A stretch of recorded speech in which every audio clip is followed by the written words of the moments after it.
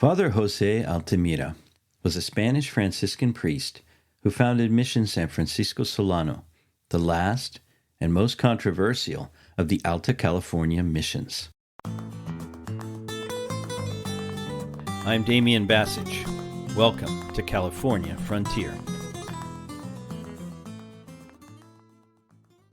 José Altimira was born in Barcelona, Catalonia, Spain, in 1787, and joined the Franciscan order as a young man.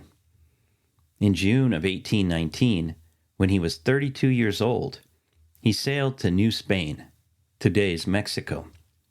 There, he spent some time preparing to be a missionary at the College of San Fernando in Mexico City, which was the one that had sent missionaries to Alta California since the time of Junipero Serra.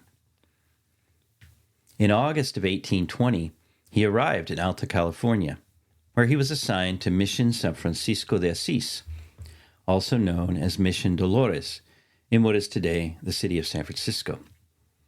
Father Altimira lived and ministered to the native people at Mission Dolores for 3 years. Mission Dolores was located in a very cold, wet, and rainy area and had been affected by much illness and disease. Furthermore, the land available for cultivation and crop growth was limited, since San Francisco is a peninsula, so it had difficulty supporting itself.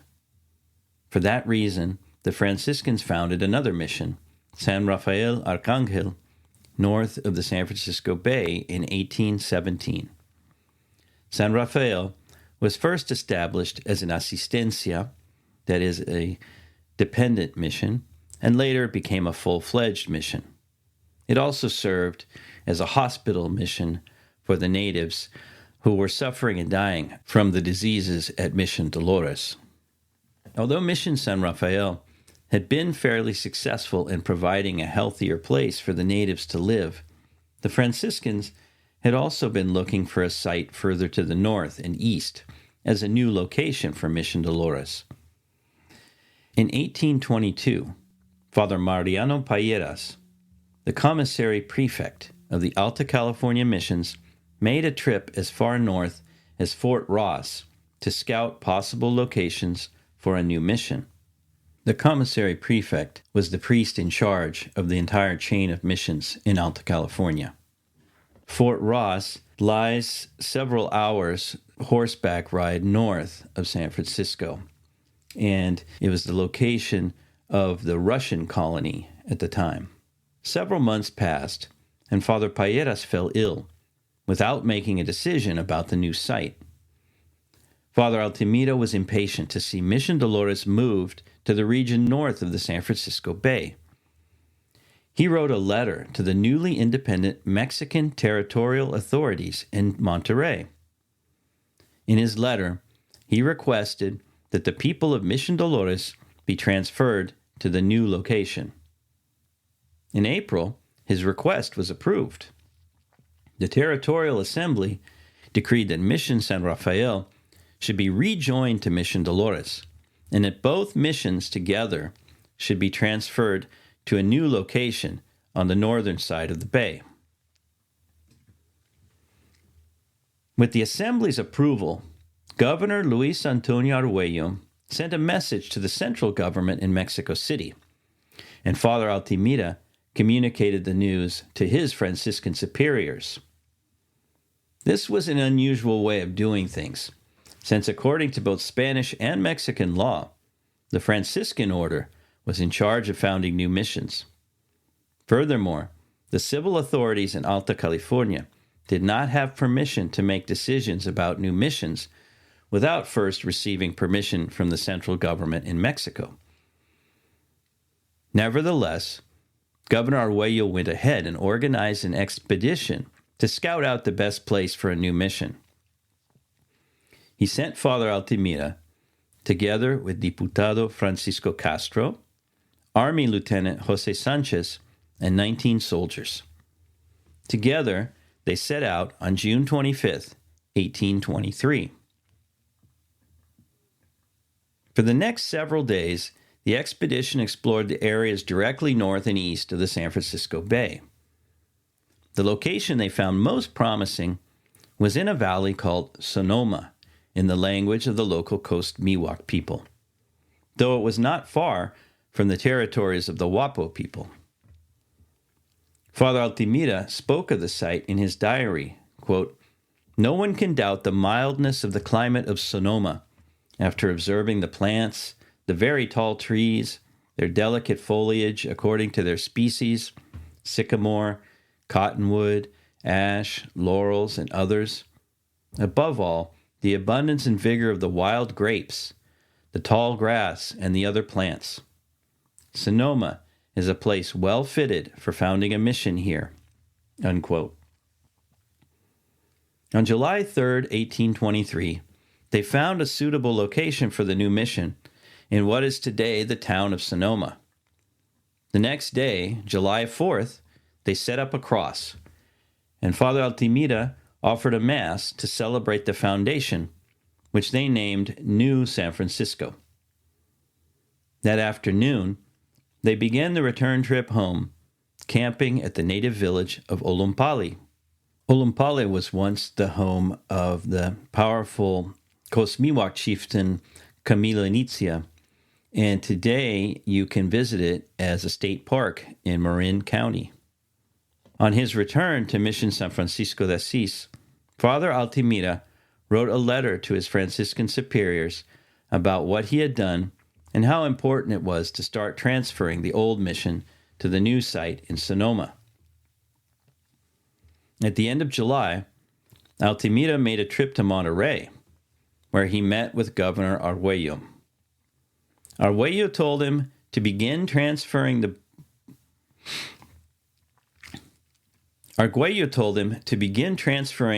both Mission San Francisco and Mission San Rafael to the new location. On August 25th, together with a group of soldiers and indigenous workers, Father Altimira oversaw the first phase of building the new mission in Sonoma. On August 31st, Father Altimira received a letter from Father Vicente Francisco de Sarria, who had become commissary prefect of the missions. Father Sarria told Altimira that he was to immediately stop all preparations to transfer the mission. In seeking out and establishing a new mission site in Sonoma, Altimira had worked closely with the local civil officials.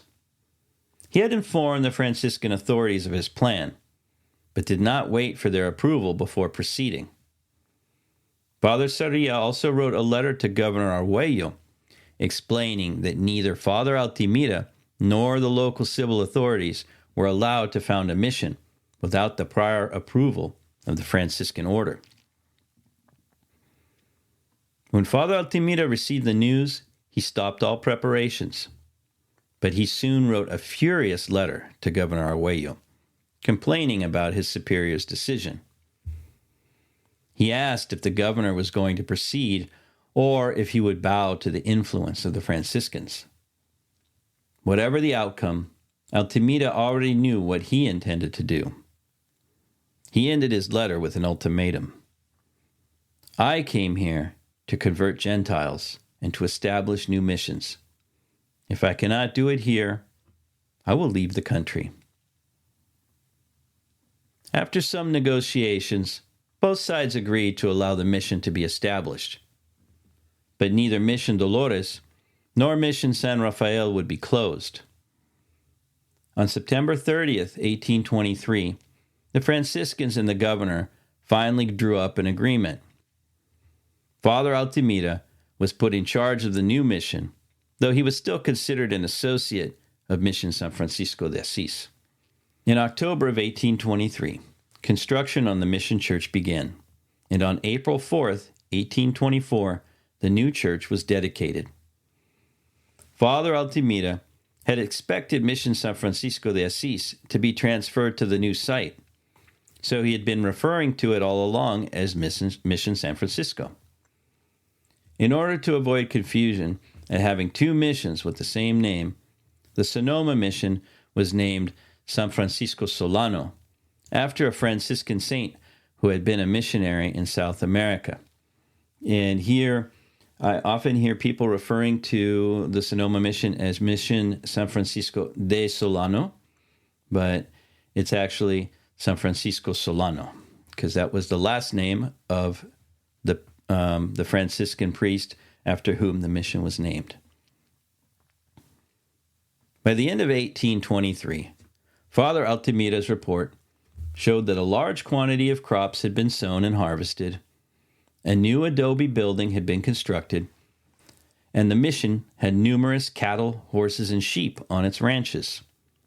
Almost 700 people were living at the mission, most of whom were native people, mainly in traditional houses that they had built. Over the next couple of years, Indians from local rancherias began to come to the mission. Housing was limited at the mission, and it began to get crowded. Many of the newcomers continued to live in their own villages and would travel to the mission to help in the harvest, receiving a portion of the crops in exchange. When Father Altimira complained to the Franciscan authorities that the Indians did not want to live at the mission, his superiors replied that they had received complaints about him from the Indians themselves, who said he was too strict and a poor manager. In fall of 1826, tensions reached their highest point when local native people raided mission supplies and set fire to the native houses at the mission. The damage was not very extensive, and the Mexican authorities chose not to try and punish the attackers. Nevertheless, Father Altimira felt very discouraged. He soon left Sonoma and went to live at Mission San Rafael, and later went back to San Francisco de Asís. He requested a transfer south to Mission Santa Barbara, but ended up living at San Buenaventura. In 1827, the Mexican government decreed that all men born in Spain were to leave the country. Since Father Altimira had never agreed to swear allegiance to the new Republic of Mexico, he decided it was a good time to leave the country. In January of 1828, together with another friar, he boarded a ship in Santa Barbara bound for Spain. When his superiors discovered he had left, they conducted an investigation to see if he had taken any mission property with him. They found no evidence of wrongdoing. Almost nothing is known of Father José Altimira's life after he returned to Spain. There is evidence that he eventually went to live on Tenerife in the Canary Islands and was still there as late as 1860. San Francisco Solano was the last of the Alta California missions to be established and the only one founded under Mexican rule.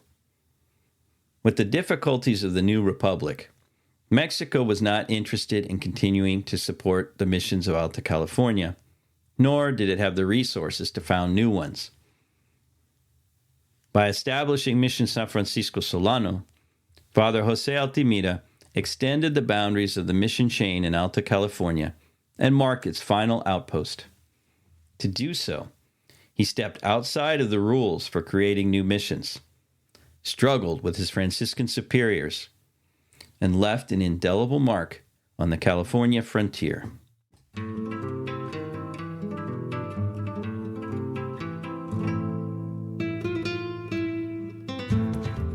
I hope you enjoyed this episode of the California Frontier Show. If you'd like to support the show, the best thing to do is to let other people know about it. If you'd like to support it monetarily, there are a couple ways of doing that. One is by scrolling down in your podcast app to where it says support the show. There you can become a subscriber for as little as $3 a month.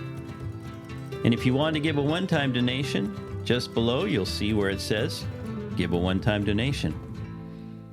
Finally, the show is supported by California History Teachers, which is a full year of lessons for 4th grade California history and social studies. You can find out more at www.californiahistoryteachers.com. And if you input the coupon code PODCAST, you'll receive 25% off your monthly or annual subscription.